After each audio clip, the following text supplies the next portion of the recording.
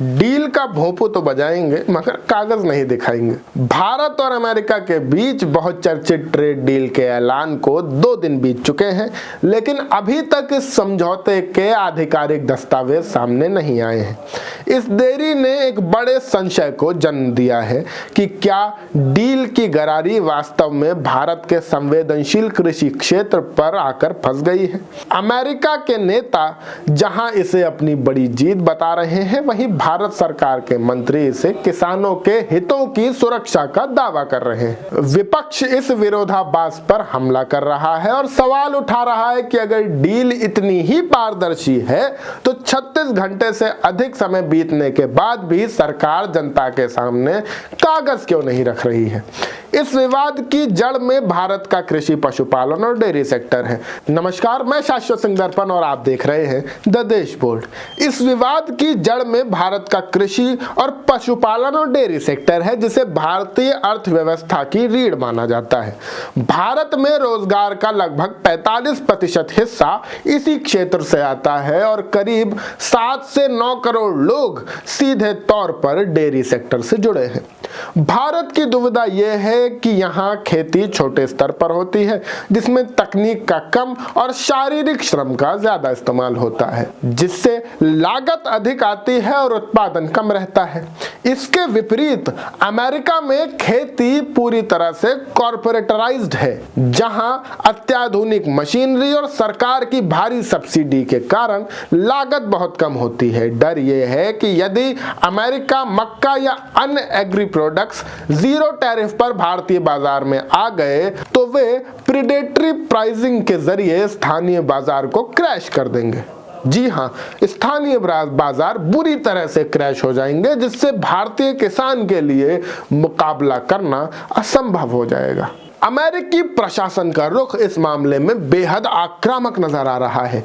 Trump के बयान के बाद वहां की कृषि मंत्री ब्रुकलिन रॉलिंस ने भारत के कृषि क्षेत्र को खोलने की खुशी जताई, जबकि व्हाइट हाउस की प्रेस सेक्रेटरी कैरोलिन लिवेट ने दावा किया कि प्रधानमंत्री मोदी ने ऊर्जा, परिवहन और कृषि उत्पादों सहित $500 अरब की खरीद का वादा किया है। दूसरी ओर भारत में विपक्ष के नेताओं जैसे अखिलेश यादव और पूर्व कृषि मंत्री शरद पवार ने आगाह किया है कि इस डील से भारत का किसान बर्बाद हो जाएगा और हमारी अर्थव्यवस्था दूसरों के हाथ में चली जाएगी।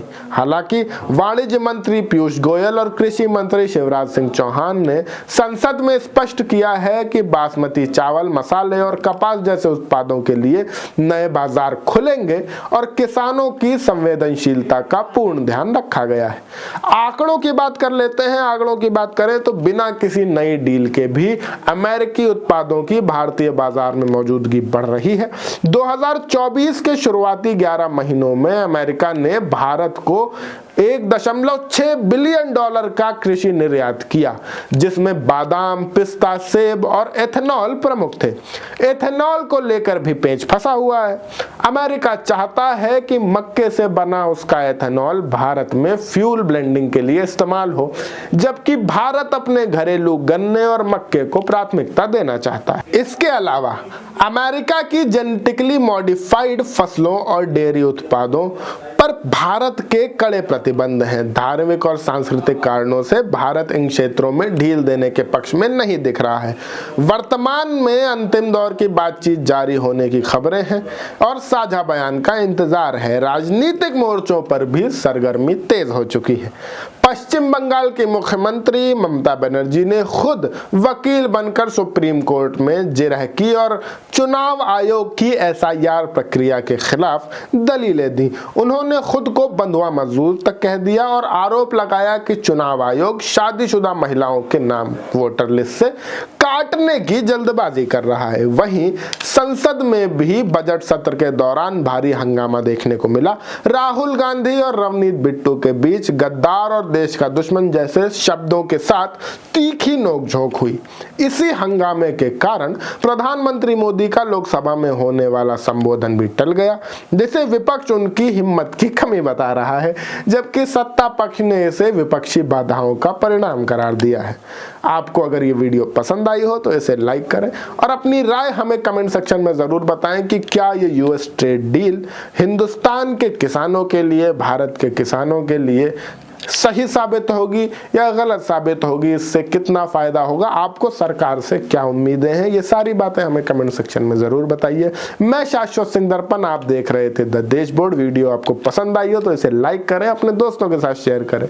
आप सबका बहुत बहुत शुक्रिया। जय हिंद, जय भारत।